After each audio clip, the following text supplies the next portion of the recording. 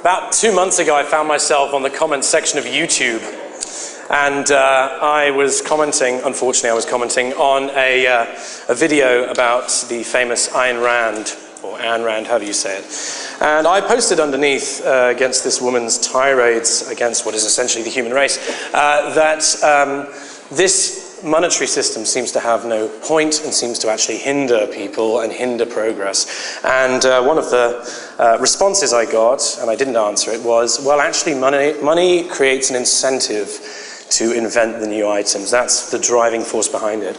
And so what I thought I'd do, instead of answering on a YouTube comment, is organize a global awareness day being streamed in, I don't know, a few thousand countries, in which to answer that with a graphically supported lecture. So that's what this is. Okay. The Zeitgeist Movement calls for and supports the urgent need for a transition out of our current debt and waste-based economic model into a truly sustainable, abundance-based, non-monetary, technologically advanced culture. As you might imagine, this is no easy task to communicate. Adopting a wider lens than single-issue organizations, we seek a transition out of the old folkways of global life into a new paradigm focused on global cooperation, a true appreciation for the value and role of our environment, and the employment of science and technology for social concern above all else. There are, broadly speaking, two revolutions which need to occur in human society to meet this goal. One is the physical and technical one. As we approach the end of the coal and oil era, a global revamp of energy production and distribution is needed. As clean and drinkable water becomes scarce, systems need to be put in place to desalinate and purify water for human consumption. With the emergence of soil-less agriculture and vertical farming, we can not only clean up food production, but also save vast amounts of space. And as we become an ever more global society, we must develop a new high-speed method of transport that is clean, safe, and globally unified. Unbelievably, that's the easy part.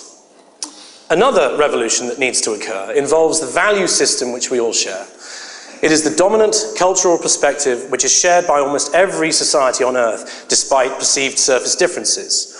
Amongst these are attitudes to change and innovation, attitudes to resource use and consumption, the role of our society in the field of healthcare, or public transportation, or housing, or anything that is a shared human attribute and service. It affects the first transition, as you will see, but it's the second transition I want to speak about today.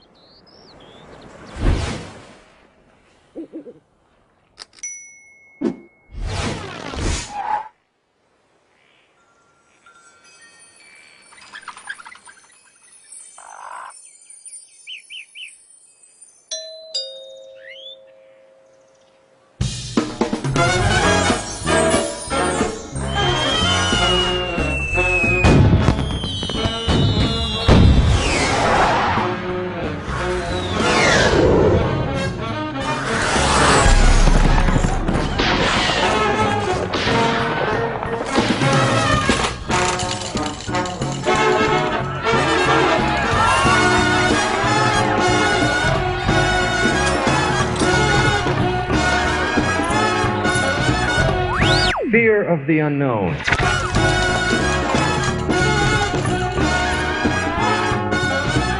They are afraid of new ideas. They're loaded with prejudices, not based upon anything in reality, but based on if something is new, I reject it immediately because it's frightening to me. What they do instead is just stay with the familiar. You know, to me, the most beautiful things in all the universe are the most mysterious.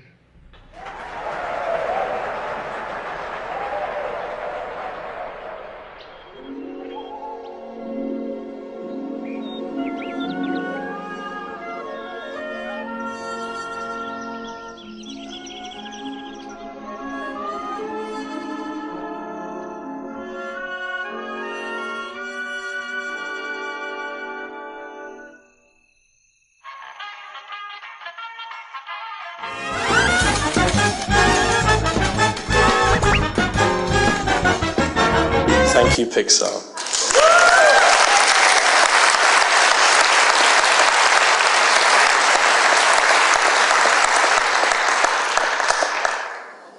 On a cold boxing day in 1935, inventor Edwin Armstrong, standing atop the Empire State Building in front of his peers of the Institute of Radio Engineers, turned a dial on an old-time radio. The familiar noise of static and interference, chopping and hissing as his dial skipped through the wavelengths, echoed out across the packed room. Suddenly, amid the noise, silence, as the radio locked onto a station so clear it appeared silent. Then a voice spoke on air. This is amateur radio station 2Y2AG at Yonkers, New York, reporting on frequency modulation at 2.5 meters. The voice and the subsequent sound of the water being poured into a glass, the sound of paper being crumpled, were all emanating from a studio 17 miles away and had been deliberately organized by Armstrong to demonstrate a brand new technology called frequency modulation, or FM, which he had discovered and patented 4 years previously. With clarity and immediate realism never before demonstrated or experienced in that medium, FM technology was the most obvious and beneficial user-impacting technology improvement since the invention of the entire radio technology. It is this reason we have high-quality recordings in the BBC archives as far back as we do. It made radio more credible for the medium of music, and it actually uses less power and generates less static for higher quality output. And perhaps the story should have ended there. Evidently, the invention was a good thing, a general improvement of a widely shared system.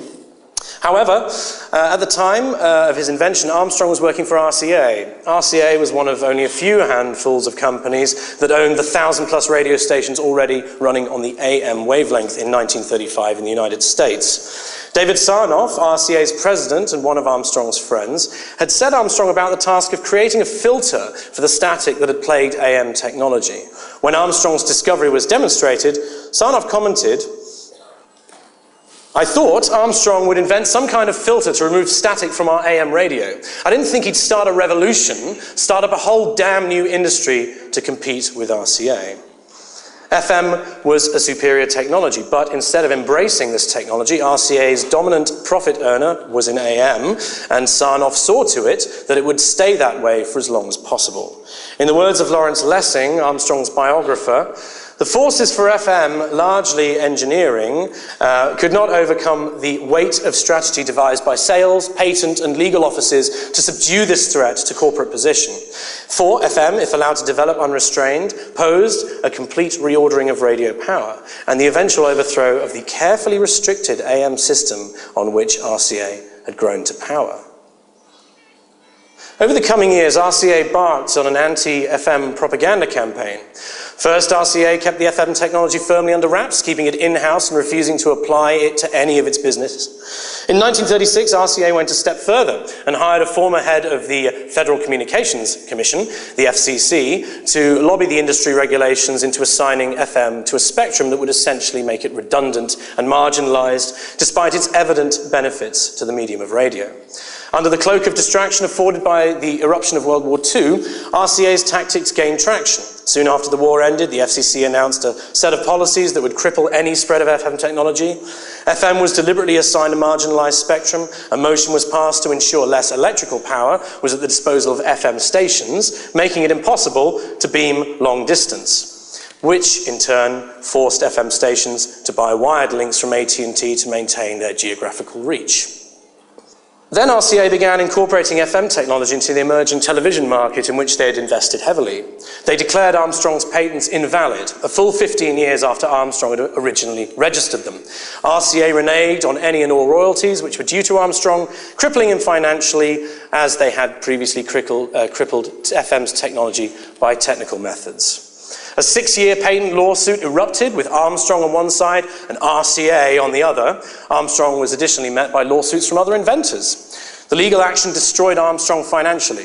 Finally, right as Armstrong's patents expired, therefore becoming of no financial support to him, RCA offered to settle for a fraction of what his legal costs were adding up to.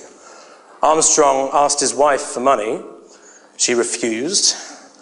At the end of his rope, distraught, broke, and mentally annihilated, Armstrong lashed out physically against his wife. They separated. Armstrong penned a brief note to her, and on a cold January morning in 1954, he stepped out of his 13th-story window to his death. 10 years later, FM was the medium of choice for music stations. In the world that surrounds us today, our air is saturated with FM, and barring a few gestural honours in Armstrong's name, such as his induction into the National Inventors Hall of Fame, his name has now largely been forgotten, even though it was him that we always hear every time we turn the dial. Do you still listen to radio? I do. It's pretty good, isn't it? Armstrong's not alone in this. Galileo, hailed as the father of modern science, one of the main minds which brought about the scientific revolution, like Joe said, posited that the nature of the Earth's place in the universe was in a trajectory round the sun, a heliocentric viewpoint based on observed evidence. Clerics and philosophers, who by their nature have nothing useful to say on the subject, denounced him. He was the subject of the Inquisition, forced to recant his theory, and spent the remainder of his life under house arrest. Nikola Tesla, another great radio inventor who invented wireless technology, has two of these stories himself.